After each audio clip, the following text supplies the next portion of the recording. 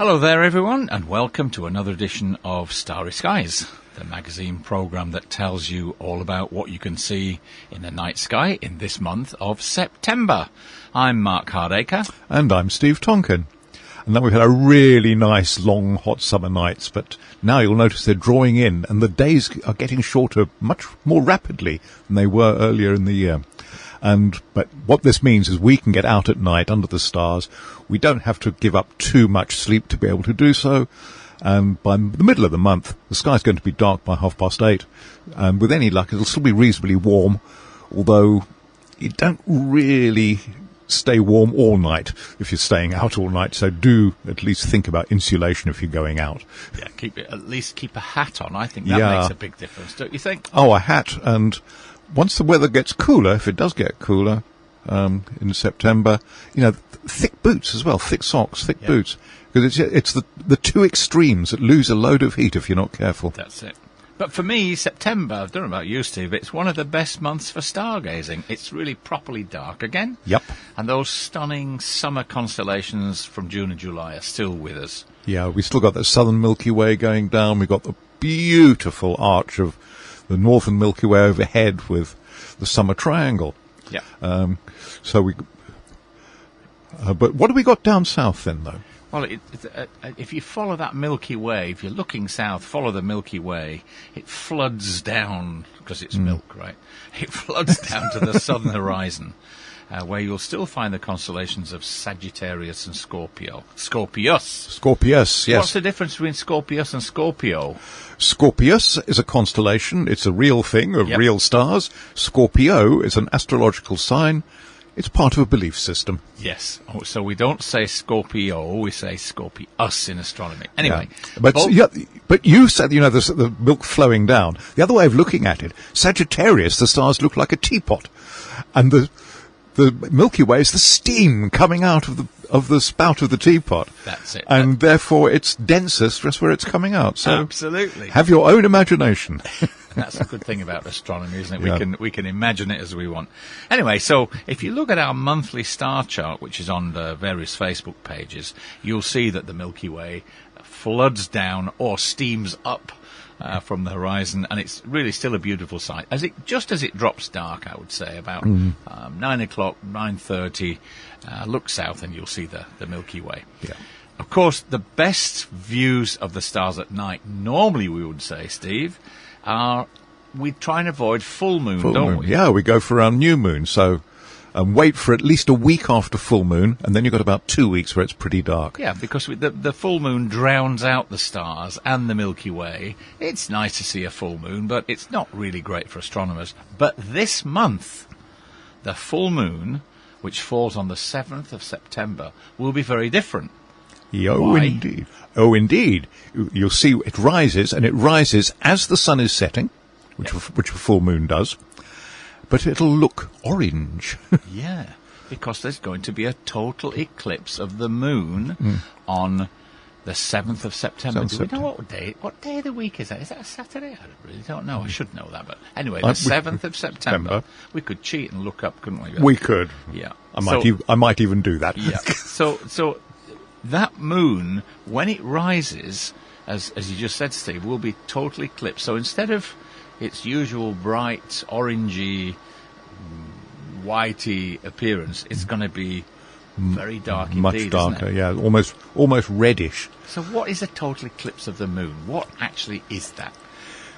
Well, an eclipse, strictly speaking, is when something is darkened or eclipsed because it falls into the shadow of something else. Right. So in this case, you imagine the Earth is lit by the sun, which is one side, that'll be at sunset, and Earth's shadow is then cast into space. And a total eclipse of the moon passes right through near the centre of Earth's shadow. Right. So it's not being lit by the sun. Does that mean then there's no light from the sun at all hits the moon? Will it be completely black? No, it won't be completely black. If you look at a sunset, it's reddish. Right. And that is because the atmosphere transmits red light. It also bends it a little bit. So what you get is that red end of the spectrum projected onto the moon, which is why it goes red.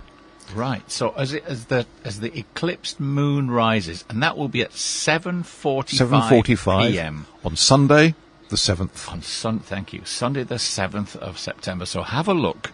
Fordingbridge astronomers will be gathering. We'll let you know where, but we're going to gather probably somewhere in the New Forest to watch this eclipse. It will be really quite fun.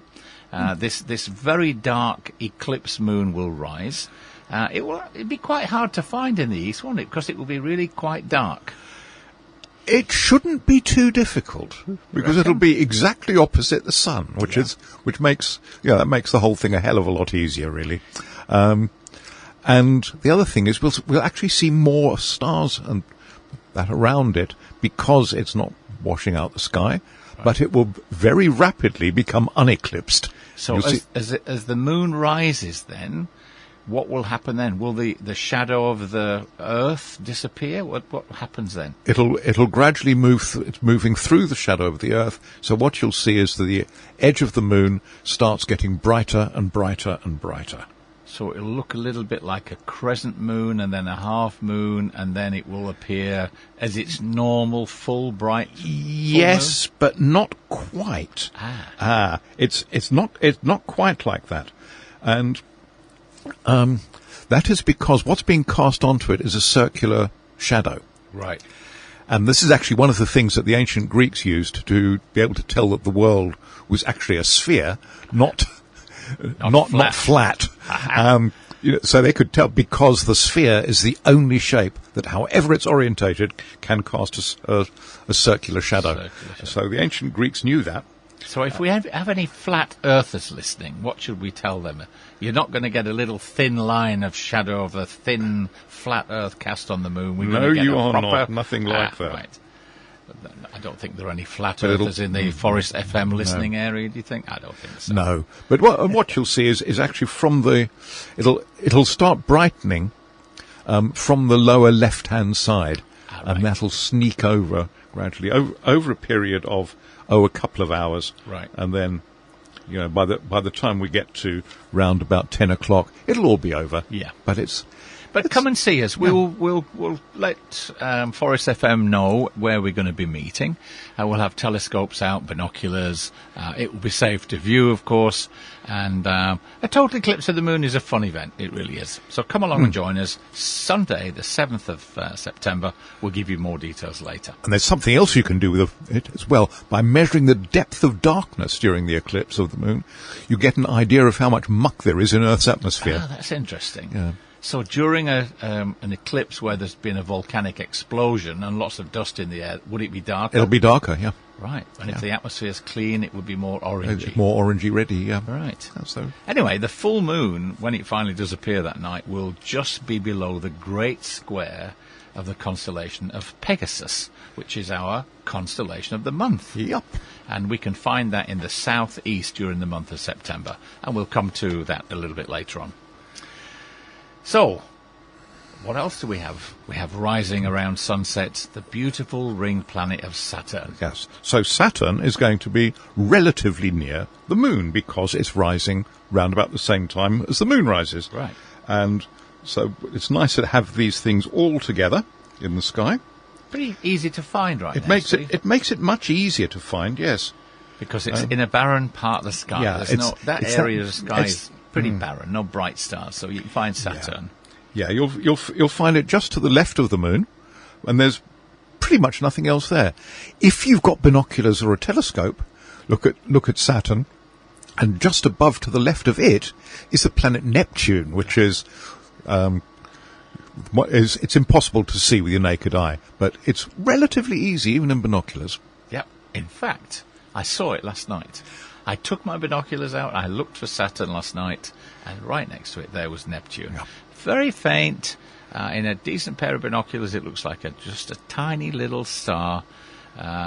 You'd say, is it bluish in colour? Not really. I think it's more greenish, actually. Yeah. It's very pale. It's off-white, but off-white on the bluish sense, greenish sense, rather than the sort of magnolia sense. But right now, Saturn is a good guidepost for it. Within the next couple of months, Neptune and Saturn will be pretty close together. Yeah. Saturn is not as bright as it normally is, though, is it? No, because its rings, which are what makes Saturn so wonderful for most people when they see it the first time, or even everybody when they see it for the first time through a telescope, are almost edge on at the moment, so they're not reflecting that much light back at us. So that's once the rings open up, which they will do over a period of about 7 years, they'll become, the whole thing will reflect much more light, become much brighter. And the other reason is that it's relatively bright in a sense because it's almost opposite the sun in the sky. Yeah. So when the sun's at its lowest, Saturn's at its highest, and it is reflecting most light back at us. So it's swings and roundabouts, but the rings make it less bright to the naked eye. Yeah. And in fact, when Saturn is directly opposite the sun in the sky, so that's the best time of the year to see it, that's called opposition. Opposition, because it's opposite, yeah. Opposite. And that happens this month, in fact, on the 21st of September. That's when Saturn will be at opposition and at its best. Yeah. However, there are some other planets to have a look for in the morning sky. So if you're an early bird, not a late scholar, yes, then you've got two brilliant planets to look for in the eastern sky, Jupiter and Venus. They're separating a bit now, but they are very bright. You really can't miss them. Venus is so bright, people mistake it for a UFO. Yeah, so many times. Have a look in the east when you wake up, when you at 5 o'clock in the morning when you get out of bed to go to the loo. Have a look out the bedroom window and look to the east. Or for those early workers on the way, you'll see two brilliant star-like objects, but they don't twinkle, of course. No, they don't twinkle. Because they're planets. Yeah, and Jupiter, if you've got binoculars, or even a small monocular or something like that, something that magnifies 8 to 10 times, have a look at it. And you should be able to pick out one or two of its moons, like little stars just alongside it. Which is the brightest then? Is it Jupiter or Venus? Oh, Venus is much brighter. Venus is always the Venus brighter is one, considerably right? brighter, yeah. Venus is bright enough to easily cast a shadow. Yeah, that's true. So, whereas Venus is slowly moving back towards the sun, so it never moves too far from the sun, Jupiter is on its way to becoming a wonderful winter object for telescopes and binoculars. So we're going to lose Venus by probably end of September, October, I think. But Jupiter, we're going to see it getting better and better, and around Christmas time it's going to be at its best, high in the sky in the constellation of Gemini. And it really is a magnificent sight. That's a lovely planet for telescopes, isn't it? Oh yeah, it's one of the best because you can see detail on it quite easily, so you can see how it rotates even because it rotates so rapidly. Yeah. So what else we got? We got another interesting event which takes place this month. You have to be a little careful about it, but on the 19th of September, later in the month, during the day, so around 1 p.m.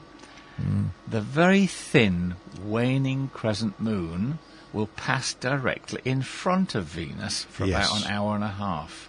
Now, what's that called? What's that event? When something passes in front of something else? Well, it hides it, and another word for hiding is occulting.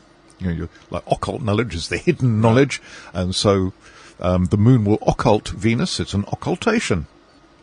And this time, as I say, it will be high in the sky. So you imagine the sun has risen. In front of it is the waning crescent moon. That means a very, very thin, sickle-like crescent moon. And at 12:51 precisely, Venus will disappear behind the moon as seen with binoculars. Because you're going to really need binoculars to catch the moon. It will be very, very thin, very skinny. But once you've got it, you should be able to see Venus without. Yes. Because Venus is that bright. Photographically, I think it's about 2 stops brighter than the full moon. Yeah. So it's a blazing little star. But if you're not looking in exactly the right place, you can't see it. Yeah. So find the moon with your binoculars, and then Venus will be obvious. Take your binoculars away, and you'll see Venus. If it's a clear morning, of course, you need a nice azure blue sky to see it. But it's pretty close to the sun, so you need to be careful. My advice in this is always stand somewhere in the shade. if you're in the shade, you cannot see the sun, because you definitely don't want to look at the sun with any optical aid at all. Yeah, and Patrick Moore used to always give this guidance and advice, and we will hear on Starry Skies, you must never do that. You must never point a telescope or binoculars anywhere near the sun. It doesn't take even 1 second for your eyes to be permanently damaged. So do be careful, but like you said, Steve, that's a great thing. Stand in a shadow. Yeah. So around 12:51 p.m. Venus disappears, and it will stay behind the moon for nearly an hour and a half. 2:10 in the p.m. afternoon. You'll see it then reappear from the dark side of the moon. It will suddenly just ping burst into view. life. Yeah. It takes about 5 or 6 seconds for it to emerge, because Venus is actually a disk. Yeah. So, look forward. So that's two things we've really got that are special this month. Yeah, we've got it the is. eclipse of the moon, and we've got the occultation of Venus. So, And on that, people say, is it eclipse of the sun then? Well, the eclipse of the sun is actually another occultation. It is. It's the sun being occulted by the moon. That's right. But we don't have any eclipses of the sun for quite a while. We don't until we have a partial eclipse next year, next August. Yeah. That's it. So what about the other planets then? Do we have anything else visible? Oh, Mars, sort of, but it's not really worth bothering with. I don't think it's, except to say you've seen it. Yeah. It's you've got a few minutes after sunset, really, in the western sky, and that's it. And then it's gone for another year or so at least. It's Which is a shame. Mars does that. It appears for a few months in the sky, and then it takes ages to catch up with us. So why is that? Because Mars is on the outside of our orbit. So we orbit the sun, and Mars is the next one out. Yeah. So we're going a little bit faster around the sun than it is. So it takes us a long while for us to catch up on the other side. So it'll be at least 16, 18 months before we see it again in the morning sky. Mercury? What about Mercury? Not visible this month. No Mercury. But Uranus and Neptune definitely, we'll talk to them next month, I think, because they're both later in the night. So you need to they'll be easier to find. Yeah, and both of them will be easy. Neptune because it's close to Saturn, and Uranus because it's actually very close to the Pleiades. But we have to wait until let's do that in October, shall we? Let's we'll do handle that. that in October. Yeah. So, what about any meteors? We had the Perseids, but they weren't very good, were they? The moon washed them out, really. So that's the problem. Yeah. Nothing. No major meteor showers in September. So. Yeah. Don't worry about meteors. And no comets? We don't have any bright comets? But there always could be one, because one might, they're, as we keep saying, comets are like cats. They have tails and they do what they like. Absolutely. And, it's, you do occasionally get unexpected comets, which we've had before. Yeah, well, if anything like that happens, we'll let you know on Forest FM. Anyway, so let's pretend it's a dark night. Let's go outside. It's 10:30 at night. It's September. Let's face north, and there, right in front of us, low on the northern horizon, is our old friend, the Big Dipper, commonly known as the Plough.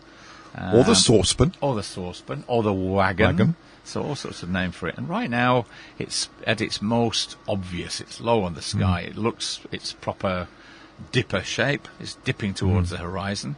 But it never gets there because it's circumpolar in the Which UK. means? Circumpolar. It means it goes round and round the pole star, but never sets. So it means you can always see it. You can always find the Plough somewhere in the sky. Well, the nice thing about it this time of year, of course, we're getting towards autumn, and the Native Americans, some of them had this legend that actually, because Ursa Major means a great bear, and there were these two bears, Ursa Major, Ursa Minor, they call them something else, were being hunted by us, and they got thrown into the sky by one of the great gods who was saving them from human beings.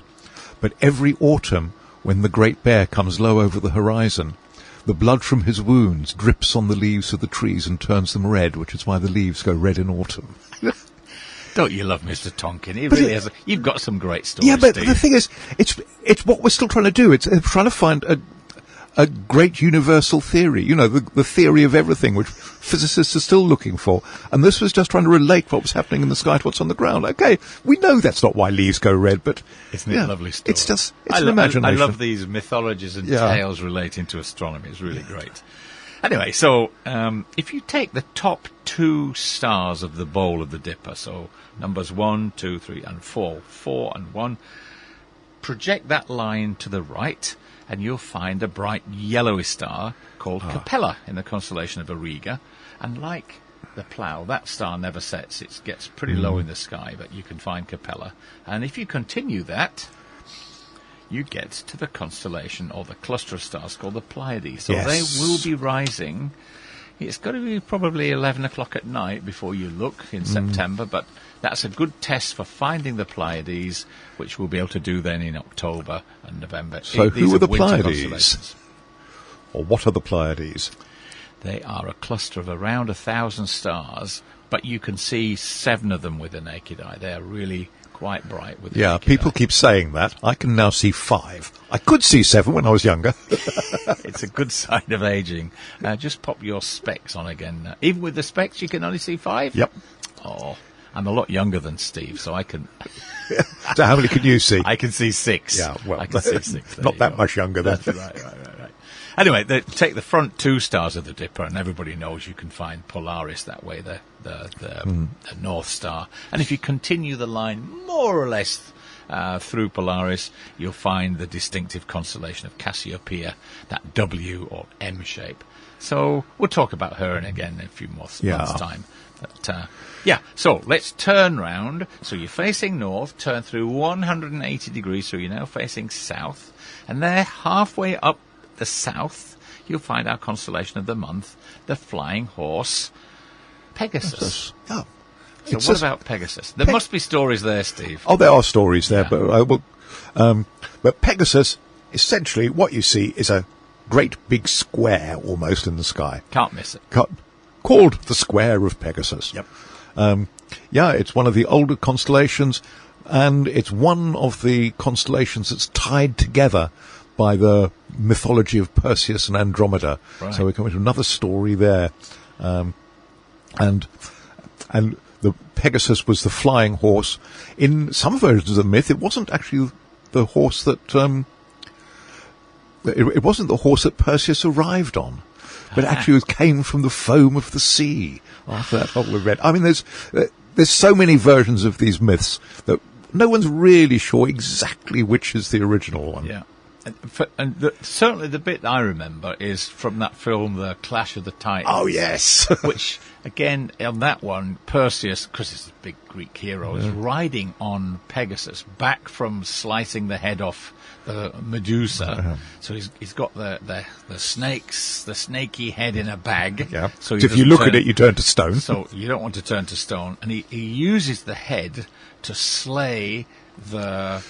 What's it called? They called it the Kraken. The Kraken. But which is a bit weird because the Kraken was actually from Norse mythology, not Greek. But right. Anyway, we'll press on. So that's Pegasus in the sky. This poor horse is upside down for us. It is in the northern hemisphere, and its rear end completely missing. So it's only half a horse. It's better than no horse. Indeed. But that square, very distinctive, easy to find. Around 11 p.m. during September, you'll see the shape of the constellation on our star charts. And, have a look as well for Epsilion Pegasi. That means the 5th or the 6th brightest star in Pegasus. It's called Enif, and that marks the sort of muzzle of the horse, right? Yeah, remember the horse is upside down. Yeah. So its neck is going down to the right, and then its muzzle sort of goes up a bit to the right. Yeah, it's on the star chart as well. And it's an orange supergiant, about 690 light years from us, and in binoculars, definitely orange. Oh, yeah. Definitely orange. And if you tease your binoculars a little bit up and to the right of Enif, again, look on the map, you'll find there M15, which is a nice little globular cluster of stars.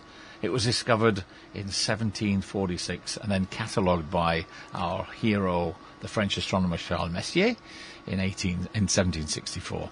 It's a small, blurry star in binoculars, right? Yeah, it just looks like an out-of-focus star, but it's easy to see. Yeah, and with a decent telescope, you can see first dozens and then hundreds and perhaps eventually thousands. Yeah, with a stars. big scope, you can see a great deal of it. Very nice.